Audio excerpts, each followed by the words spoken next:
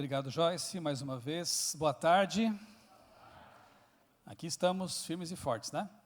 Vamos fazer uma recapitulação? Aqui estão os símbolos do Apocalipse.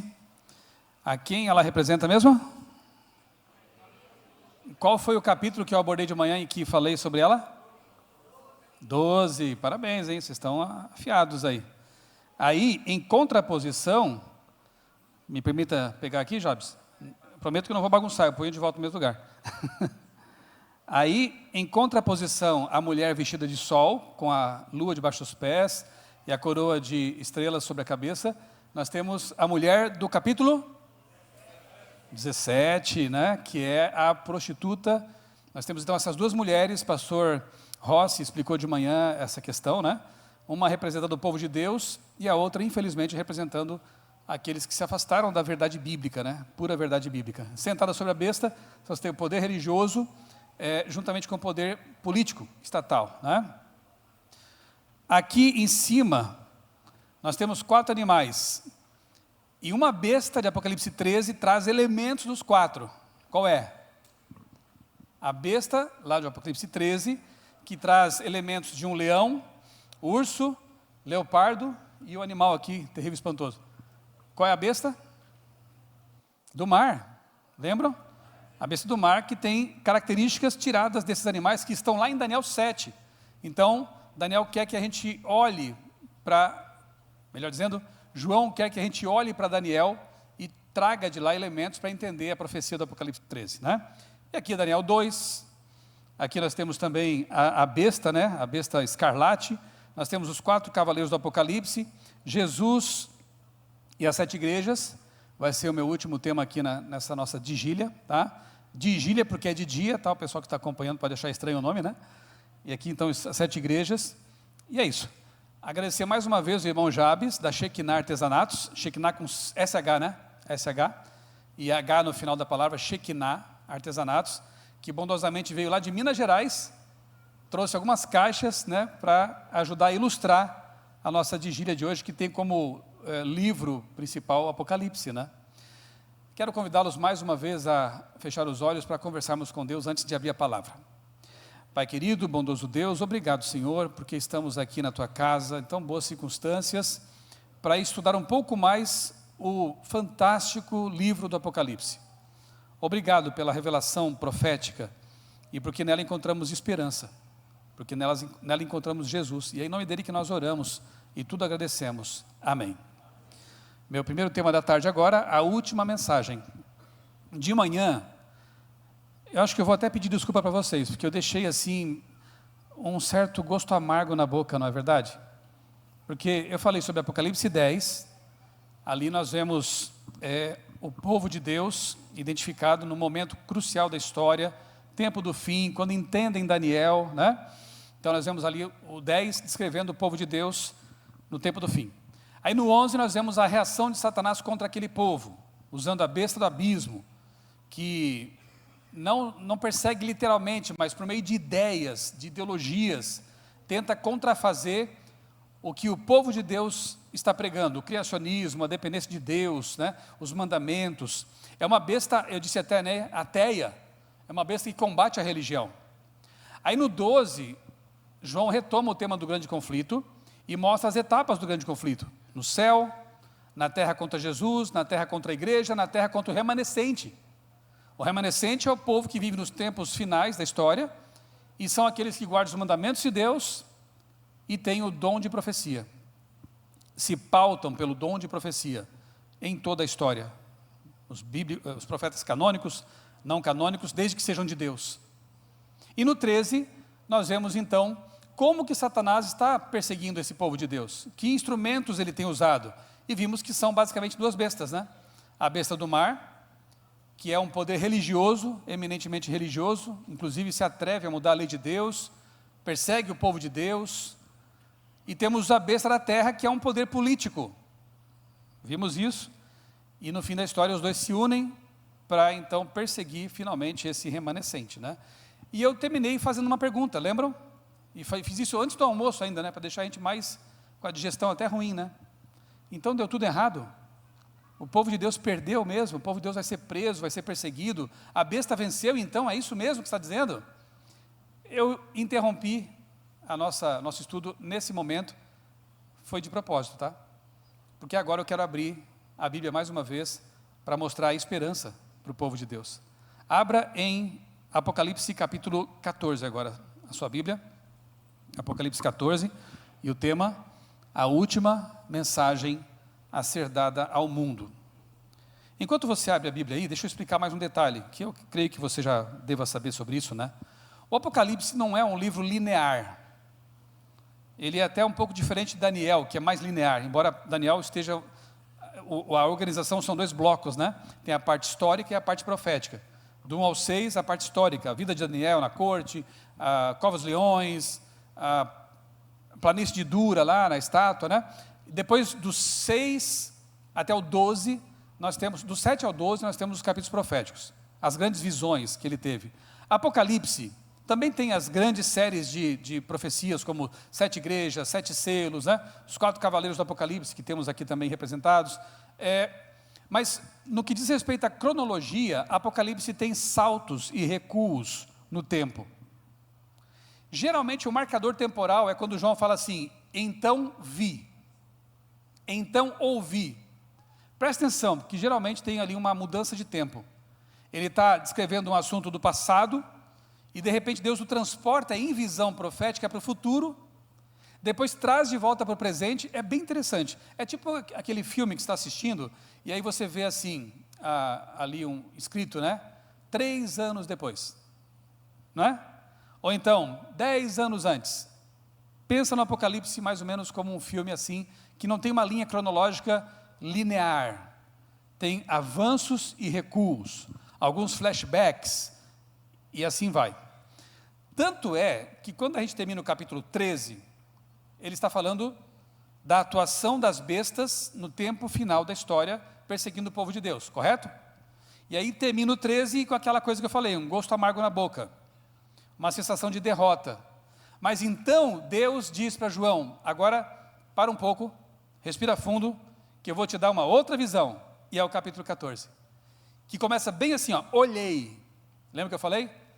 Quando tem ali, olhei, então vi, ouvi, presta atenção, pode ser uma mudança temporal aí. O que ele viu agora? Que profecia foi essa? É uma coisa diferente. Leia comigo. Então olhei, e eis que o Cordeiro estava em pé sobre o monte Sião, com ele estavam 144.000 que tinham escrito na testa o nome do Cordeiro e o nome do seu pai. Ouvi uma voz do céu, como o som de muitas águas, como o som de um forte trovão. A voz que ouvi era como de arpistas, quando tocam as suas harpas. Entoavam um cântico novo diante do trono, diante dos 4 seres viventes e dos anciãos. Ninguém podia aprender o cântico, senão os 144.000, que foram comprados da terra, portanto são os remidos, foram comprados da terra. Estes são os que não se macularam com mulheres. Mulher em profecia representa igrejas ou doutrinas. Então são pessoas que não se deixaram levar por doutrinas falsas, não se macularam com aquela mulher especialmente ali, né? Amontada num dragão vermelho. Eles se mantiveram puros doutrinariamente falando, né? Eles seguem o Cordeiro por onde quer que ele vá. Olha como eles amam Jesus. São os que foram comprados dentre todos os seres humanos, primícias para Deus e para o Cordeiro. E não se achou mentira na sua boca, não tem mácula. Muito bem. Por que Deus resolveu dar para João, justamente nesse momento, uma visão do futuro dos salvos na glória? O que você imagina? Porque estava muito ruim no 13, né? Não estava ruim? Estava muito ruim. A besta estava pintando e bordando, estava matando, estava perseguindo, estava prendendo, né? E o povo de Deus só sofrendo. Aí Deus fala assim, calma João, calma que a história não acabou aqui. Lembra do Capitão América? A história não acabou aqui, filho. Olha para cima agora, eu vou te dar uma outra visão. Olhei e vi o trono de Deus. E em volta do trono, o povo, antes perseguido, agora redimido, para nunca mais sofrer, amém? O 14 é a resposta. O certo seria eu ter pregado junto com o 13, o 12, o 11, o 10, o 14, mas daí tinha que ter 1h30, e não me deram 1h30. Aí eu deixei para agora a cereja do bolo, que é o 14. O 14 mostra os remidos na glória, só que depois teremos um outro salto temporal. Calma, eu vou chegar lá. Então, o que ele viu lá? João, ele viu os remidos. A IA tenta fazer mais ou menos o que está no texto, mas não tem como, né? Tem que estar lá. Você tem que estar lá para ver como é que vai ser. Jesus, o Cordeiro, os animais que são, na verdade, representação dos serafins, né? Os querubins, os 24 anciãos que já são seres humanos que, poucos, né? Estão no céu por antecipação, como que dizendo, um dia todos virão também que aceitarem Jesus como seu Salvador. E a multidão ali, representada simbolicamente pelos 144 mil, que na verdade é uma multidão incontável, de todas as nações, todos os povos. Foi isso que João viu. E eu prometi de manhã também contar uma breve história para vocês, de uma menina que quis conhecer o povo de Deus. É o tema da nossa série aqui, né? O povo de Deus no Apocalipse. E um dia essa menina, 15 anos, voltava de uma festa, de uma danceteria, achava que a alegria dela seria ter idade suficiente para sair com as amigas, para ir a festas com as amigas, e começou a perceber que isso não satisfazia de verdade o coração. Não estava preenchendo aquele vazio comum que todo ser humano tem. Um dia ela chega em casa de madrugada, vai para o quarto e ouve uma voz. Sabe quando você ouve aquela voz na sua mente?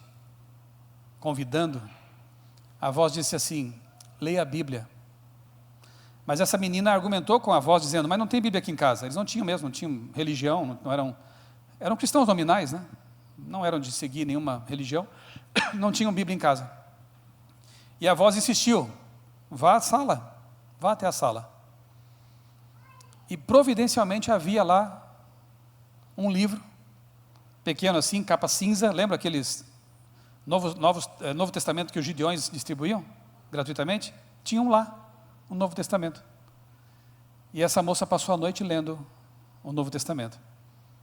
Posteriormente, um seminarista, amigo dela, amigo de uma amiga dela, voltou do seminário católico dizendo assim, não leia o Apocalipse. O que acontece quando você fala isso para um adolescente? Não faça isso. Não leia o Apocalipse, é um livro terrível. Ela correu para casa, sabia que tinha lá o Novo Testamento, o que ela foi ler? Apocalipse. Lendo Apocalipse, ela descobriu, com pouco entendimento que tinha, assim como eu também tinha pouco entendimento naquele momento da minha história, né, que eu contei de manhã, ela entendeu uma coisa muito importante e básica. Deus tem um povo aqui. Deus tem um povo aqui nesse livro. E eu quero saber que povo é esse. Eu quero conhecer esse povo. Pouco tempo depois, 2 homens batem à porta da casa dela. O que ele estava oferecendo? Estudo bíblico do Apocalipse. Eram adventistas do 7º dia. Louvado seja Deus. A moça está aqui, pode ficar em pé. A minha esposa, né? E assim, seria até melhor que ela contasse, né? Enfim, né? Mas resumindo muito, porque a história é muito mais detalhada e muito bonita, né? Eu gosto de dizer que o Apocalipse nos uniu. Porque de manhã eu contei a minha história com o Apocalipse. E essa, resumidamente, é a história dela com o Apocalipse. Foi o mesmo estudo bíblico, Revelações do Apocalipse, lá dos anos 90, né? Que nos trouxe para o caminho de Jesus. E um dia nos conhecemos. O Apocalipse nos uniu. Olha que romântico, né? Então, essa é a moça que quis conhecer o povo de Deus, e o povo de Deus foi enviado por Deus até ela, na casa dela, estudar a Bíblia com o pai dela e com ela, e depois ela se tornou membro da Igreja Adventista. É maravilhoso assim, os caminhos que Deus usa para alcançar seus filhos, né? Bom, deixa eu voltar aqui. Continuemos aqui a leitura, a partir do verso 6 agora. Vi outro anjo voando pelo meio do céu. Opa, vi. De novo um marcador temporal, percebeu? Se ele falou que agora ele viu outra coisa, é uma outra visão. E você vai perceber que no 13, ele interrompe no tempo do fim. No começo do 14, a visão avança para o futuro, não sabemos quanto tempo depois, espero que não muito.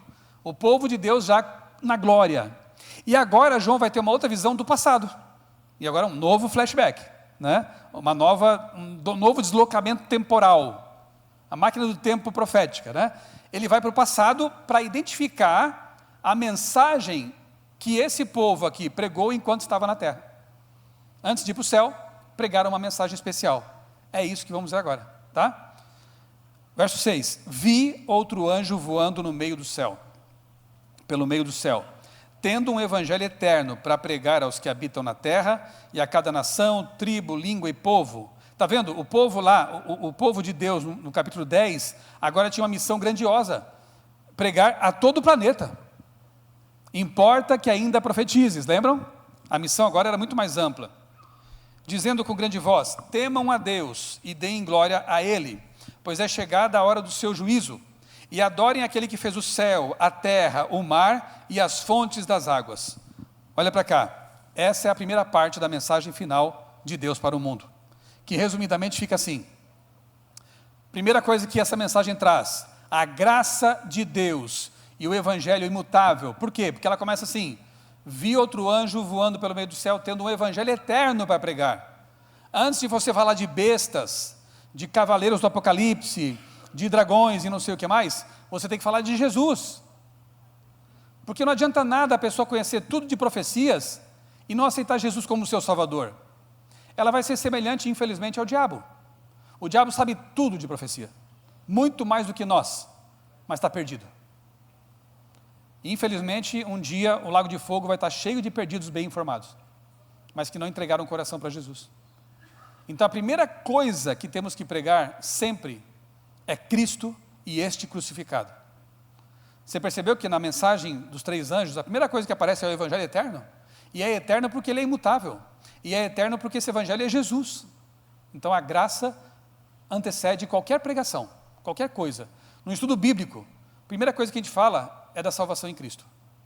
Antes de falar de sábado, de volta de Jesus, de estado do ser humano na morte, não adianta a pessoa ter doutrinas se ela não tiver Jesus como seu salvador pessoal. Concorda comigo?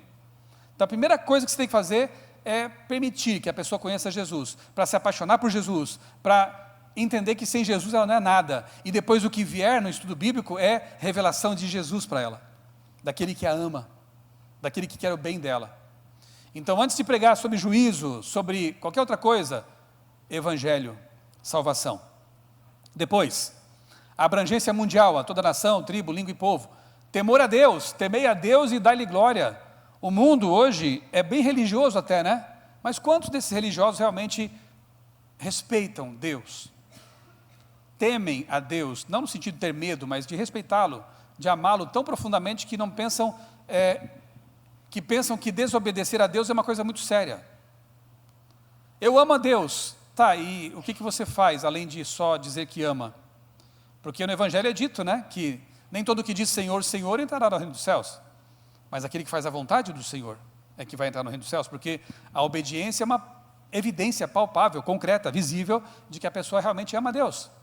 Aquele que diz, eu conheço, mas não guarda seus mandamentos, é mentiroso, e nele não está a verdade. Quem disse isso? O discípulo do amor. Ele também sabia dizer palavras fortes, né? Quem diz que ama, não obedece, é mentiroso. É uma incoerência, né? Então, muita gente diz que conhece Deus, que ama Deus, mas nem todos esses temem a Deus. Alguns chegam ao ponto de chamar Deus de o cara lá de cima. Eu não sei se é um costume lá do sul, né? Pastor Flores, nós somos lá do sul, não sei, acho que você também deve ter a mesma prática, né? Eu falo assim, mãe, a senhora me deixa fazer tal coisa? Não é assim? A senhora. Eu nunca teria coragem de chegar para meu pai e para minha mãe e falar assim, tu, ou você, é o Senhor. Mãe, a senhora. Pode ser um hábito da minha terra natal, mas eu acho que isso expressa respeito, né? Aqui também é assim? Nordeste também é assim? Ai, que bom, estou em boa companhia. Bença pai, bença mãe, né? É isso aí. Então, tem gente que tem a capacidade de tratar Deus como alguém que merece menos respeito do que o pai e a mãe. Não é verdade? Como é possível? Você está diante do Criador do universo, do Senhor do universo. É teu amigo? É. É próximo? Mas ele diz, chega com confiança ao trono. Ele está no trono. Você pode chegar a qualquer momento, é seu pai, mas ele é o teu Criador. Então essa mensagem final para o mundo é: respeitem a Deus. Amem e respeitem a Deus. Depois diz, é chegada a hora do juízo, né? E nós teríamos que ter um bom tempo aqui. O pastor Flores vai depois detalhar uma questão aqui sobre a profecia das 2.300 tardes e manhãs. Nós cremos que 1844 é a data do início do juízo pré-advento. Mas será que essa compreensão se sustenta na história e até na astronomia? Estou dando aqui agora um spoiler já para você ficar atento, porque a aula que o pastor Flores vai apresentar para nós é algo assim tremendo e quase, infelizmente, hoje em dia, inédito. É a comprovação profética, cronológica, de que essas datas que nós apresentamos são precisas. Tá? 457, ano 21, ano 27, ano 31, ano 34 e no fim, 1844. Isso tem confirmação, assim, segura.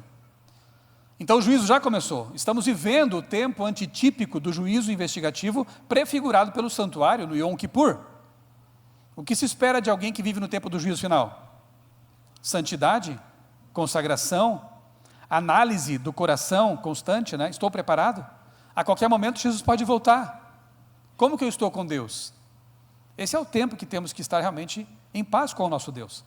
E temos ali o memorial da criação, portanto o criacionismo, porque é dito assim, e adorem quem então? Quem é o Deus que deve ser o alvo da nossa adoração? Aquele que fez os céus, a terra, o mar e as fontes das águas. E aí nós temos uma frase que remonta a Êxodo 20, 8 a 11. O mandamento do sábado. É aquele Deus, não é qualquer Deus. É o Deus criador do universo, o Deus criador da terra, da vida na terra. E temos, por fim, uma menção, ainda que breve, ao dilúvio. Quando fala, as fontes das águas, as fontes do abismo. Isso é uma menção textual ao dilúvio. Sabe, uma vez eu fiz um estudo, e eu quero apresentar para vocês aqui rapidamente, que consistiu no seguinte: já que as 3 mensagens angélicas, que são a mensagem final para o mundo, elas fazem menção à criação, ao dilúvio, ao sábado, e depois veremos na segunda e terceira mensagens, a Babilônia e Sodoma, o que eu posso aprender sobre esses juízos que antecederam o juízo final? Dilúvio, Sodoma e Gomorra, Babel, muita coisa. E aí eu dediquei um tempo para estudar o que Ellen White escreveu no livro Patriarcas e Profetas sobre isso. E foi fantástico o que eu descobri. E eu quero apresentar para vocês já mastigadinho. Olha que coisa boa, né? Olha que coisa boa, né? Depois você vai ler em casa também, tá? Pega lá o Patriarcas e Profetas, lê esses capítulos respectivos, e você vai ver como o mundo não mudou muita coisa em relação ao mundo que já foi. E aquilo que aconteceu está lá como sinal para nós, tá? Como um aviso para nós. Deus é o Deus da graça, é o Salvador, mas vai chegar um momento que Ele vai intervir de forma dramática, e louvado seja Deus por isso, porque se Deus não interviesse, se Deus cruzasse os braços, eu questionaria seu amor. Porque se eu tivesse o poder, não, nem vou falar mais, né, acho que nem é bom, vendo algumas injustiças nesse mundo, algumas maldades, ainda bem que eu não sou Deus, e que eu não tenho o poder de Deus. Mas quando eu penso que Deus vai colocar limite também, ó, chega, deu. E alguns aí realmente vão para o fogo, porque Deus ama. Deus não fecha os olhos, não cruza os braços. Esse é o meu Deus. Não é um Deus pobrezinho que não faz nada e passa a mão na cabeça do pecador e está tudo certo. Há um limite, há um tempo de tolerância, e não vai ser permitido que isso avance por muito mais tempo. Esse é o nosso Deus, um Deus que se importa, um Deus que age, um Deus que se levanta na sua sala real, não é indiferente, né? Muito bem, então vamos lá. Isso aqui eu não vou entrar em detalhes, porque depois será apresentado para nós com mais detalhamento, né? A profecia está contida ali, tá? No texto de Apocalipse, de alguma forma. O criacionismo está ali, portanto a mensagem final para o mundo é criacionista. O Deus que fez todas essas coisas e deixou o sábado como memorial da sua criação, está aqui no texto também. Nós temos ali, então, em Patriarcas e Profetas, página 91, eu gostaria de ler tudo com vocês, mas realmente o tempo não permite. Eu já mastiguei um pouquinho mais para vocês ainda, tá? É papinha agora. Eu vou ler só o que está grifado em amarelo, porque é o que nos interessa mais, levando em conta o que está no texto de Apocalipse 14. Olha como era o mundo antes do dilúvio. A lei de Deus era transgredida. A justiça era pisada ao pó. Injustiça, corrupção. Poligamia já estava acontecendo solta naquele tempo, tá? Hoje pode não ter esse nome, mas o que tem de gente aí que tem 2, 3, 4, né? Poliamor. O nome mudou, mas a prática está aí. Homens preferiam seguir os seus próprios desejos pecaminosos. Nem a relação do casamento, nem os direitos de propriedade, olha que interessante, eram respeitados. Que propriedade privada é o quê? É meu, daqui. E tomava. Me digam, não é um retrato do nosso tempo isso aqui? Mas não é o tempo que antecedeu o dilúvio. Chega um momento que Deus falou, basta, vamos reiniciar isso aí. Havia uma família justa, vai ser a partir dela que eu vou reiniciar. Ok, cada martelada uma risada. Que é isso, não é? Chover, inundação, construindo um barco em terra seca, você está louco? O velhinho ficou gagá, e a família está com ele nessa loucura. Pois é. E quando você fala, Jesus voltará em glória e majestade, o que dizem alguns? E quando você fala, sim, eu reservo um dia inteiro para o meu Deus, mas você não trabalha nesse dia que o comércio tem mais lucro? Não, eu não trabalho. Você devolve 10% da sua renda para essa igreja? Você está doido? Você não come isso? É tão gostoso, é tão crocante. Você não bebe essas coisas, mas é tão bom. Cada pregação uma risada às vezes, não é verdade? É muito bonito olhar para os... Eu vou repetir o que eu falei de manhã. Para muita gente é bonito ver os 3 hebreus fiéis ali de pé diante da estátua. Para muita gente é bonito ver Noé martelando um barco em terra seca. É bonito de ver. Mas quando envolve a vida deles, será que eu tenho tanta fé assim em Deus de fazer uma coisa que para o mundo é absurda, mas porque Deus mandou eu faço? Poucas pessoas estão dispostas a fazer isso. E consideram os que fazem fanáticos, loucos. Sim, eu vou já pregando que Jesus vai voltar em glória e majestade, o céu vai se abrir. Eu lembro de uma vez que eu assisti um vídeo, era um programa tipo de auditório, na BBC de Londres, e estava lá um pastor adventista, junto com um padre e outros convidados. Lembra desse vídeo? Aí perguntaram, tá, e vocês aí, o que vocês acreditam sobre o fim do mundo e tal, o futuro, né? Aí o pastor adventista falou, com propriedade, o céu vai se abrir, Jesus voltará com os seus anjos, e vai vir buscar aqueles que se prepararam, começaram a rir dele. O assunto nem era sábado, que é mais polêmico ainda, era a volta de Jesus, e começaram a rir dele. Aí lá no canto o padre olhou para ele e falou assim, isso aí é fundamentalismo, que mil anos, e Jesus voltando com o céu aberto, isso é fundamentalismo, percebeu? E essa palavra é perigosa, tá? Fundamentalistas geralmente são aqueles que se explodem matando outras pessoas, mas a palavra já é usada para se referir aos que levam a sério o livro sagrado. É bonito ver Noé martelando a arca, mas quantos aqui fariam o mesmo? Quantos religiosos aí fariam o mesmo? É bonito ver os 3 hebreus de pé diante de uma estátua porque querem ser fiéis ao 2º mandamento, enquanto outros contemporizaram. Não, é só um momento aqui, e para ficar bem com os meus amigos, e depois eu continuo indo para a igreja. É bonito vê-los, mas quantos aqui fariam isso? Diante de uma ordem presidencial, diante de uma ordem de um STF da vida, quantos aqui se manteriam fiéis, íntegros, em pé? A pergunta é retórica, para vocês pensarem, para nós pensarmos, né, nisso aí. A menção aqui às fontes das águas remete sim ao dilúvio, mas a pergunta é, foi global mesmo? Foi global mesmo? É uma outra loucura criacionista. Quando você fala que foi um dilúvio global, tem gente que ri da sua cara também. Riram do Noé e hoje riem de quem crê em Noé. Hã? Eu vou apresentar aqui rapidamente para vocês algumas evidências, tá? Que eu fui colecionando ao longo dos anos e para mim são suficientes.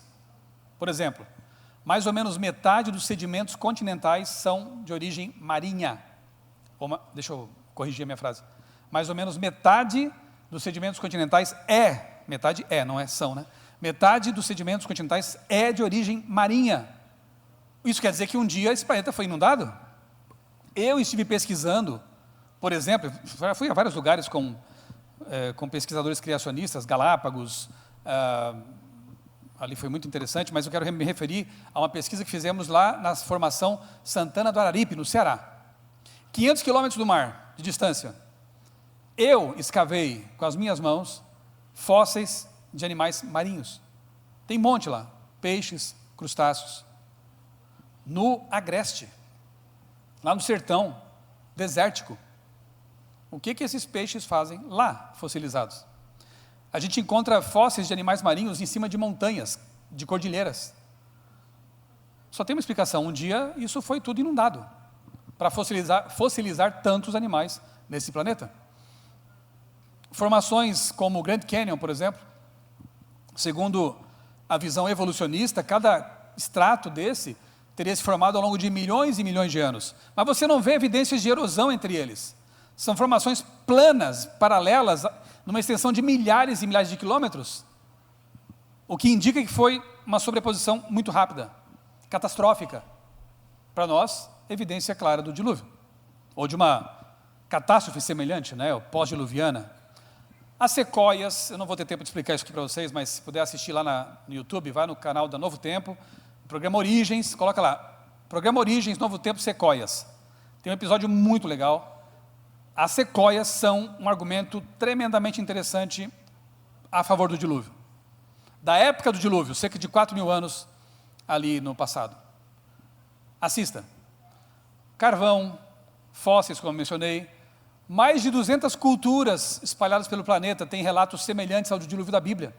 Mudam os detalhes, nome dos personagens, quantidade de pessoas da família, mas geralmente coincidem num ponto. Houve uma grande inundação no mundo, uma família foi salva num barco. Alguns falam até com animais. Como que pode? Culturas que estão tão distantes no tempo, aparentemente não tiveram contato, talvez, umas com as outras, né? E mantêm tradições orais ou escritas muito parecidas com as do dilúvio na Bíblia. Não é curioso isso? São ecos de um fato, é isso. O eco vai se modificando com o tempo, mas o fato, o núcleo, está ali, né? Enfim, vamos lá, segunda mensagem angélica, vamos para o verso 8. Seguiu-se outro anjo, o segundo, dizendo: caiu a grande Babilônia, que fez com que todas as nações bebessem do vinho do furor da sua prostituição. Essa é a segunda mensagem. E aqui nós vemos alguma coisa que podemos também aprender com a história. Babilônia. O pastor Rafael de manhã mencionou um pouco isso também, mas Apocalipse é assim, ele vai e volta, né? E a gente vai aprendendo, é repetição com ampliação, mais ou menos como Daniel tem, né? Então, a gente tem aqui a queda de Babilônia, isso remete à Babilônia antiga e também à Torre de Babel, que tem que ver com confusão, descrença, apostasia. Eles quiseram fazer uma torre por vaidade e para tentar fugir de um possível novo dilúvio. Sendo que Deus foi tão claro, né? Não mais destruiria a terra com o dilúvio.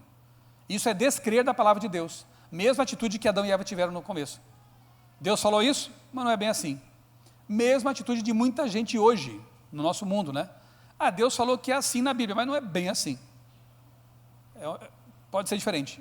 A mesma atitude. Para o diabo, tanto faz se você segue a besta ateia ou a besta distorcedora da Bíblia. Deu para entender? Para o diabo, tanto faz. Se você se afastar da Bíblia como um ateu, ou se você segui-la segundo as suas ideias e preferências. Tanto faz. O que Deus quer? Que a gente siga a Bíblia pelo que ela é, o que está escrito. Deus disse, o diabo diz, não é bem assim. Não é bem assim que a coisa é, né? Vinho da prostituição.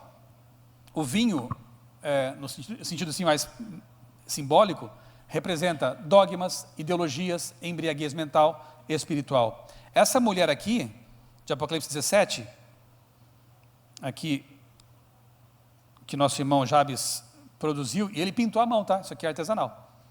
Ele pinta também isso aqui, né? Shekinah. O que ela tem na mão aqui? Dá para ver? Uma taça. E no 17 é dito que ela derrama essa taça sobre a terra e embriaga as pessoas. O vinho é um símbolo muito bom para isso, porque como toda bebida alcoólica, ele entorpece. Ele afeta os pensamentos. Então ele representa muito bem essa questão, né, de que as doutrinas falsas de Babilônia embriagam, detonam os pensamentos, confundem as pessoas. Esse é o vinho derramado pela prostituta, né? Então, a segunda mensagem angélica, diferentemente da primeira mensagem, ela não é um anúncio. A primeira mensagem angélica é um anúncio, o anúncio da graça, o anúncio da criação, do criacionismo, o anúncio do Deus Criador. A segunda e a terceira mensagens angélicas são denúncias. Essa é a verdade. Agora eu vou denunciar a contrafação, Babilônia. E aí nós temos então a Torre de Babel, inacabada, que expressa descrença e vaidade, orgulho e descrença ao mesmo tempo. E o texto no Patriarcas e Profetas relacionado com o povo que vivia ali em volta do empreendimento. Olha o que ela diz, de novo, vou só pegar aqui a parte em amarelo. Aquelas pessoas negavam a existência de Deus e atribuíam o dilúvio à operação de causas naturais. Não fazia tantos séculos que o dilúvio tinha acontecido e já estavam duvidando. Não, não foi Deus, isso aqui acho que, sabe quando uma geração vem, uma outra, né? E aí começa a esquecer do que aconteceu. E não, isso aí acho que foram causas naturais. Alguma catástrofe que tem, alguma explicação. Não foi o juízo de Deus. Então eles se rebelam contra Deus. Duvidam da palavra de Deus, querendo fazer uma torre, como eu disse, para escapar de um futuro dilúvio que nunca viria. Exaltavam ainda mais o orgulho, desviavam-se de Deus, desviavam a mente das futuras gerações, levavam as futuras gerações à idolatria. Me digam, nosso mundo está muito diferente disso? O que as escolas, o que a mídia, o que a indústria do entretenimento tem feito com as novas gerações? Trazido para perto de Deus? Ou transformado essas gerações em ateus funcionais? É isso, né? Orgulho, vaidade, rebelião contra Deus. Está parecido, né? No professo mundo cristão, muitos se desviam dos claros ensinos da Bíblia, edificam um credo com especulações humanas e fábulas aprazíveis, e apontam para a sua torre como um caminho para subir ao céu. Os homens ficam tomados de admiração ante a eloquência, enquanto esta ensina que o transgressor não morrerá, que a salvação pode ser conseguida sem a obediência à lei de Deus. Se os professos seguidores de Cristo aceitassem a norma de Deus, esta os levaria à unidade. Mas enquanto a sabedoria humana for exaltada sobre a sua santa palavra, haverá divisões e dissensão. É o que o mundo cristão hoje vive. Assim como as línguas modificadas, a partir dali, criaram povos diferentes, né? Troncos, ramos, ramificações. A pretensão humana de interpretar a Bíblia tem trazido à existência muitas e muitas religiões. E isso é ruim, né? É um mau testemunho até para o cristianismo. Por que essa desunião toda? Quando se todos seguissem a palavra, deveriam ser um povo só. Não é verdade? E aí, será que aconteceu mesmo o evento Torre de Babel? Vamos às evidências. Em 2011, o Dr. Rodrigo Silva foi entrevistado pela revista Isto É, e ele disse assim, uma matéria bem interessante. Quando um povoado fundava novas civilizações, ergueram uma torre, e não é só lá, tá? Tem os astecas, os incas, os maias, os egípcios, os zigurates da Mesopotâmia, torres. Era um procedimento padrão, chegavam no local, faziam torres. Além de funções religiosas, a construção servia para que se escapasse de novas inundações. A arqueologia mostra isso. E aí, um tablete de argila, com uma escrita cuneiforme, datado de 2.500 anos antes de Cristo, encontrado no Iraque, traduzido em 1872, traz o seguinte texto, está ali na foto. Seu coração se tornou mau, Babilônia submeteu os pequenos e os grandes. Ele, aí fala de uma divindade, não se sabe qual é, confundiu os seus idiomas, a gente sabe qual é. O seu lugar forte, que por muitos dias eles edificaram, numa só noite, ele trouxe abaixo. Você prestou atenção no que eu acabei de ler? É uma evidência extra-bíblica de que a Torre de Babel é um fato. Um tablete cuneiforme de tantos anos atrás, 2.500 anos de Cristo, falando que uma divindade confundiu as línguas e eles tiveram que parar o que estavam fazendo.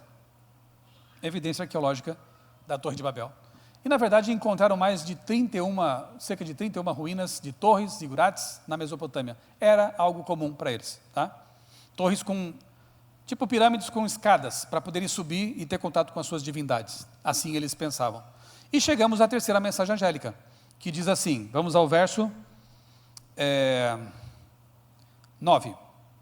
Seguiu-se a estes outro anjo, o terceiro, dizendo com voz forte, se alguém adora a besta, é a sua imagem, e agora já sabemos quem é a besta, né? Já lemos os capítulos anteriores, a besta, a sua imagem, ou recebe a sua marca na testa ou na mão, também esse beberá do vinho do furor de Deus, preparado, sem mistura, no cálice da sua ira. Bem, a terceira e última mensagem fala de uma marca, e se nós já estudamos, eu não tive tempo de falar isso de manhã, mas a gente sabe que a marca da besta é uma oposição à marca de Deus. Então, se o selo escatológico de Deus é o sábado, a marca da besta, que é a oposição, contrafação, tem que ser parecida, mas diferente do sábado. O único dia que aponta para uma autoridade humana é o domingo. Primeiramente, Constantino assinou o decreto lá, né? E aí o papado adotou também um dia que para eles era uma forma de mostrar que eles não eram judaizantes. Aí alguns vêm e dizem assim, mas peraí, você falou Constantino, mas já tinha gente lá antes de Constantino, no segundo século, defendendo o domingo. E eu vou dizer, claro que sim. Já tinha gente acreditando no gnosticismo naquele tempo. João escreve seu evangelho para combater o gnosticismo. Já tinha gente nesse tempo achando que Jesus não podia ser Deus, porque Deus não morre. E aí tem várias heresias que surgem já no fim do primeiro século. E não é à toa, e depois eu vou falar sobre isso na minha última palestra, não é à toa que lá em Éfeso, a primeira igreja do Apocalipse, já há uma repreensão de Deus, porque eles estavam abandonando o primeiro amor. Estavam já permitindo algumas contrafações entrarem na igreja. Então é óbvio que já havia gente defendendo o domingo, os anti-judeus, os judeus contra as confusões havia. Você sabe disso, você já leu Paulo, né? Paulo lidou muito com isso, né? O grupo dos judeus, o grupo dos não-judeus e aquela confusão, e os discípulos combatendo heresias que estavam se despertando na igreja. Isso é fato, né? Não é escondido de ninguém. Mas aí alguns, especialmente apologetas católicos, dizem, mas se já está lá no começo, então quer dizer que é uma herança que a gente recebe da igreja. Mas onde é que você encontra aqui, no testemunho dos apóstolos, esse tipo de coisa? Domingo como dia de repouso, os mortos intercedendo pelos vivos, a sucessão apostólica e o primado de Pedro e o papado, onde é que está na Bíblia isso? Não está. Tradição humana, como o pastor Rossi mencionou aqui para nós, né? E aí você vê fogo e enxofre, uma alusão claríssima a Sodoma e Gomorra. Ali tem o todo sempre, né? São atormentados para todo sempre, mas a gente entende isso, obviamente que não dá para explicar tão rapidamente, mas Edom, Isaías 34:10, foi condenada a sofrer o fogo eterno. Está queimando até hoje? Própria Sodoma e Gomorra, né? Judas diz que elas sofreram a pena do fogo eterno. Estão queimando até hoje? É um deserto lá. Então esse eterno não quer dizer duração, quer dizer consequência. Quem for queimado no fogo eterno, eternamente perdido. Não volta. Até Jesus disse que esse fogo queima tudo, né? Corpo, alma e espírito, no sentido de que a totalidade do ser é destruída. Não haverá mais nada. O contrário de vida é morte, né? E ali de novo aparece o povo de Deus, né? No verso 17, vamos ler. Verso 17, aqui está a perseverança dos santos, os que guardam os mandamentos de Deus e a fé em Jesus ou de Jesus. Esse é o povo de Deus. De novo apontando para a fidelidade aos mandamentos. Aí está, nós temos uma alusão ao sábado como memorial da criação. Nós temos o mandamento mesmo que afirma que temos que obedecer a Deus, porque Ele mesmo descansou, abençoou e santificou o sétimo dia, né? Está no quarto mandamento isso aí. Portanto, a marca da besta não pode ser outra coisa que não um dia também, né? Eu já falei isso, não pode ser um código de barras, não pode ser um chip, não pode ser vacina, não pode ser QR Codes, não pode ser nada disso, porque não tem nada que ver com a adoração essas coisas. Eu até comparo assim, tá bom, então se a marca da besta fosse um chip, um assassino serial, que fosse morar no meio do mato, fugindo da polícia, não recebe o chip, está salvo. Uma senhorinha católica ou espírita, ou de qualquer outra religião, mas uma pessoa sincera, uma pessoa que não conheceu a verdade, não teve oportunidade, recebe o chip, está perdida, só porque recebeu o chip. Faz sentido para você isso aí? É óbvio que não, porque marca da besta e marca de Deus tem que ver com adoração, e você só pode adorar algo que você conhece, alguém que você conhece, tem que ser algo consciente. É triste ver esse mundo evangélico criando teorias que não tem nada a ver, né? Mais ou menos como eu ouvi, por exemplo, quando aconteceu lá o atentado, né, as torres gêmeas do World Trade Center, lembram? Eu estava lá na redação, na Casa da Publicadora Brasileira, quando alguém ligou a TV ao vivo e a gente assistiu, tentando entender o que estava acontecendo. Primeiro avião, foi um acidente. Segundo, não foi acidente. Tem algo mais por trás disso aí. E foi o maior atentado terrorista que os Estados Unidos sofreram já na história, né? E aí o que acontece? Alguns evangélicos saíram dizendo assim, afoitamente, né? Agora a profecia de Daniel 8 se cumpriu. Ué, o que tem a ver, né? Eu pensei, né? Qual é a relação com Daniel 8? Sim, porque lá em Daniel 8, o texto apresenta um carneiro com 2 chifres. E vem um bode voando e mata o carneiro. Os 2 chifres são as torres gêmeas. E o bode é o avião dos terroristas. Puxa, misericórdia. É isso mesmo, misericórdia. Mas isso aí foi modinha, gente, tá? Foi modinha, pregavam nas igrejas por aí. Que falta faz um conhecimento adequado das profecias, não é verdade? Para não viajar na maionese profética, né? É isso. Então a marca da besta é um monte de coisas para muita gente, né? O sábado é selo de autoridade do Criador. Domingo, selo de autoridade da criatura. Porque a mudança não foi operada por Deus. Por nenhum de seus profetas. Por nenhum dos autores bíblicos. Nem por Jesus, obviamente. A mudança é humana. Então, esse dia representa a autoridade humana. Sodoma e Gomorra, o que pode trazer de conhecimento para nós em relação ao texto que fala de fogo e enxofre? Muita coisa. Quando você vai ao livro, Patriarcas e Profetas, o que você vê lá? Eles estavam mais preocupados com riqueza e prazer. Nação Dopamina, né? Um livro famoso aí, atual. Estavam preocupados com isso. Satisfação sensual é o que eles estavam mais preocupados. Regozijo, orgia, banquetes, bebedices. E eles tinham diante deles o exemplo do mundo antediluviano. Eram mais indesculpáveis ainda, porque eles sabiam o que tinha acontecido com o dilúvio. Olha aí. Aí eu pergunto, e nós? Somos mais ou menos indesculpáveis? Nós temos o dilúvio, nós temos Babel, temos Sodoma e Gomorra. É pior? Porque nós temos exemplos. A sorte de Sodoma é um aviso solene para os que vivem hoje. É o que Ellen White diz aí, né? Incredulidade vestida no traje de cristianismo, ao mesmo tempo em que se acha solapar a fé na Bíblia como revelação de Deus. Ellen White fala isso no mesmo capítulo em que ela trabalha o tema de Sodoma e Gomorra, tá? Tem um texto lá em Ezequiel, abra sua Bíblia lá, Ezequiel 16, em que o próprio profeta Ezequiel usa o que aconteceu em Sodoma e Gomorra como exemplo para o povo de Israel. Como hoje nós somos o Israel de Deus, né, espiritual, é para nós também. Ezequiel 16, 49 e 50. O texto diz assim, ó. Eis que esta foi a iniquidade de sua irmã Sodoma. A situação em Israel estava tão corrompida nesse momento histórico que ele chega a comparar Sodoma como irmã de Israel. Olha que tristeza, né? Essa foi a iniquidade de sua irmã Sodoma. Ela e suas filhas foram orgulhosas, tiveram fartura de pão e próspera tranquilidade, mas nunca ampararam os pobres e os necessitados. Algumas pessoas que hoje agem de maneira parcial com a Bíblia, param de ler no verso 49. E dizem, o pecado de Sodoma foi, o que fala aqui? Orgulho e desamparo aos pobres. Isso é pecado. É grave aos olhos de Deus. É só você ler o que os profetas falam sobre as viúvas, os órfãos, né? Desampará-los é pecado. Mas param aqui. Então, Sodoma e Gomorra foram destruídas porque eram orgulhosos e eram pessoas que não cuidavam dos pobres. Ok. E o verso 50? Por que não leem? Ele diz assim, foram arrogantes e fizeram abominações diante de mim, ao ver isso eu as removi do seu lugar.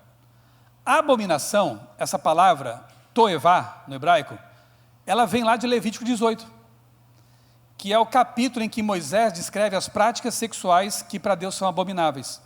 E você conhece bem o capítulo, né? Fala sobre incesto, fala sobre zoofilia, terrível, né? E outras práticas sexuais que não estão de acordo com aquilo que Deus criou originalmente na Bíblia. Homem e mulher unidos pelos sagrados laços do matrimônio. É isso, ponto final. Então a palavra é a mesma. Portanto, em Sodoma praticavam essas abominações sexuais. Lá em Judas 7, o autor inspirado também fala disso. Só que a palavra grega é ekporneu. Na mesma raiz de porneia, de onde deriva pornografia, e qualquer prática sexual desviada daquilo que Deus coloca na palavra, é porneia, ok? Então esse pecado também está ali. Alguns, infelizmente, ao ler esse texto, pulam o verso 50, porque talvez não queiram expor alguma coisa da sua própria concordância, talvez concordem com algumas coisas e não querem que o texto vá contra as suas opiniões. E isso é ser, de novo, parcial com a Bíblia. Eu obedeço o que me interessa, desprezo o que me condena. Ok? Eu tive a honra de entrevistar esse grande arqueólogo adventista, brasileiro, por sinal, Paulo Bork, quando escrevi meu livro Por que Creio. E um dos capítulos desse livro, da CPB, é a entrevista que eu fiz com ele. E ele me falou sobre as escavações que ele realizou lá no Mar Morto, onde ficavam, né, a região onde ficavam Sodoma e Gomorra. E ele me falou algo bem interessante. Eles escavaram vários poços naquela região, e a certa profundidade encontravam cinzas, uma camada espessa de cinzas. Só que não é uma região vulcânica, tá? Mas foi uma erupção vulcânica? Não foi. Alguma coisa catastrófica envolvendo fogo e enxofre aconteceu ali. As marcas enterradas estão lá, de uma destruição real. Região chamada Babedra, ali próximo ao Mar Morto, tá? Cinzas, inclusive, nos cemitérios, tá? Se fosse um povo que invadiu outro, tacou fogo na cidade, por que queimariam um cemitério? Para matar quem? E outra, eles tinham um certo misticismo, né? Um certo receio de violar cemitérios, mas o fogo estava, as cinzas por todo lado, até nos cemitérios. Então aconteceu alguma coisa realmente ali catastrófica. Então, resumindo tudo, gente, olha só. Dilúvio, Torre de Babel e Sodoma. Me digam se não é um raio-x do nosso tempo. Transgressão da lei. Isso tudo eu tirei lá do Patriarcas Profetas, tá? Transgressão da lei, injustiça social, poligamia e desejos pecaminosos, desrespeito ao casamento, negação da existência de Deus, rebelião contra Deus, idolatria e orgulho, desvio dos ensinos bíblicos, riquezas e divertimentos, satisfação sensual, banquetes e bebedice, intemperança, desprezo à revelação de Deus e apostasia e sensualismo. Você identifica alguma sociedade com isso tudo aí? A nossa. A pergunta que eu faço é, até quando Deus vai tolerar tudo isso? De novo. Até quando? Tá? Nós temos contrastes interessantes, quando você analisa assim as 3 mensagens, né? Elas mostram contrastes. A graça, fogo e enxofre. Evangelho, vinho prostituído. Adoração a Deus, adoração à besta. Sábado, domingo. Interessante, né? Quando você põe num gráfico, você percebe muito bem os contrastes que o autor inspirado, João, apresenta ali. E finalmente, conto uma historinha e termino aqui.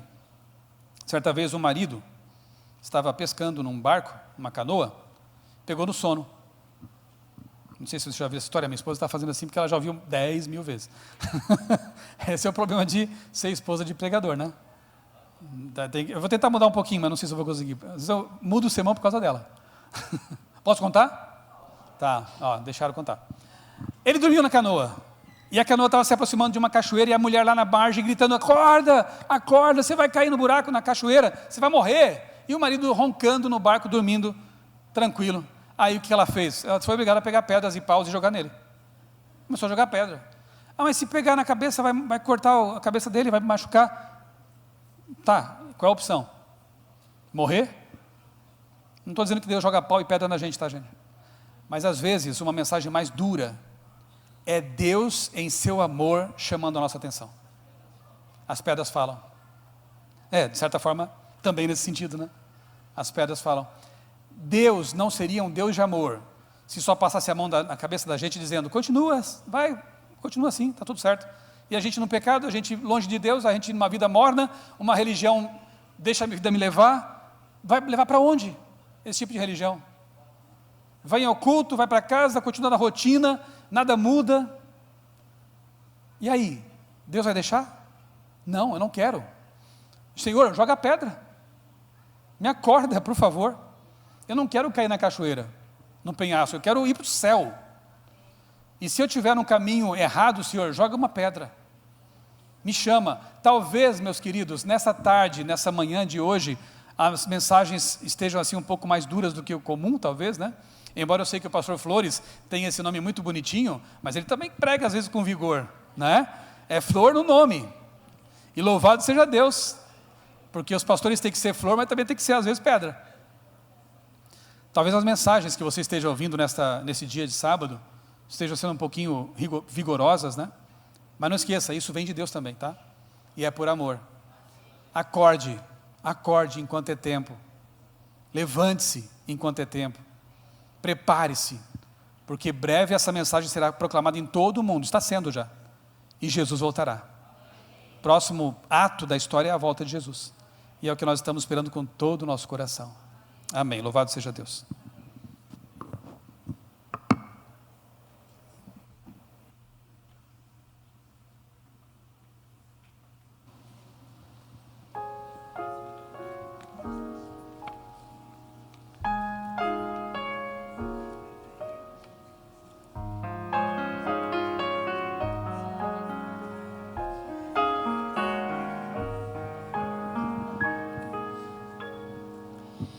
Há país nas terras de alívio, cheio de flores de prazer e luz, é destinado às almas resgatadas. Lá não terão mais lutas, nem mais cruz, pois é ali que a morte não mais entra.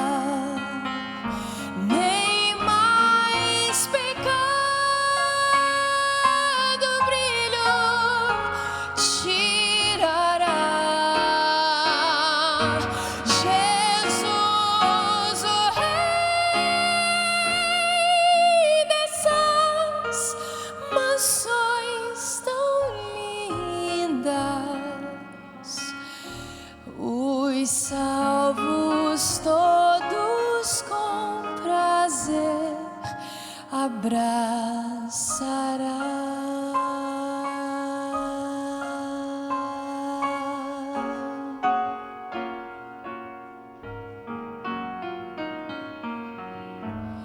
Lindo país,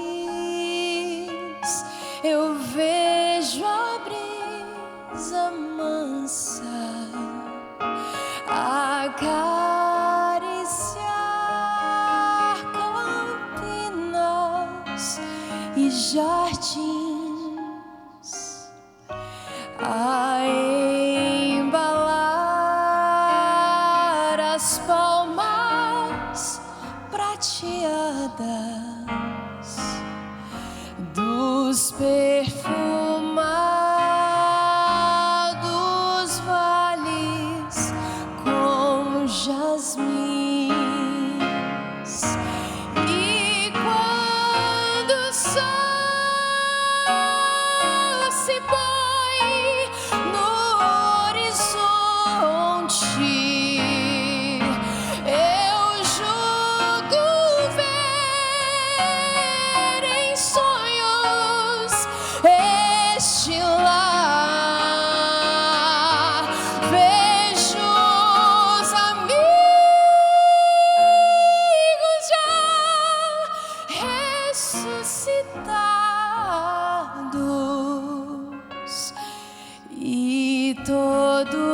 nós o nosso bom Jesus louvamos.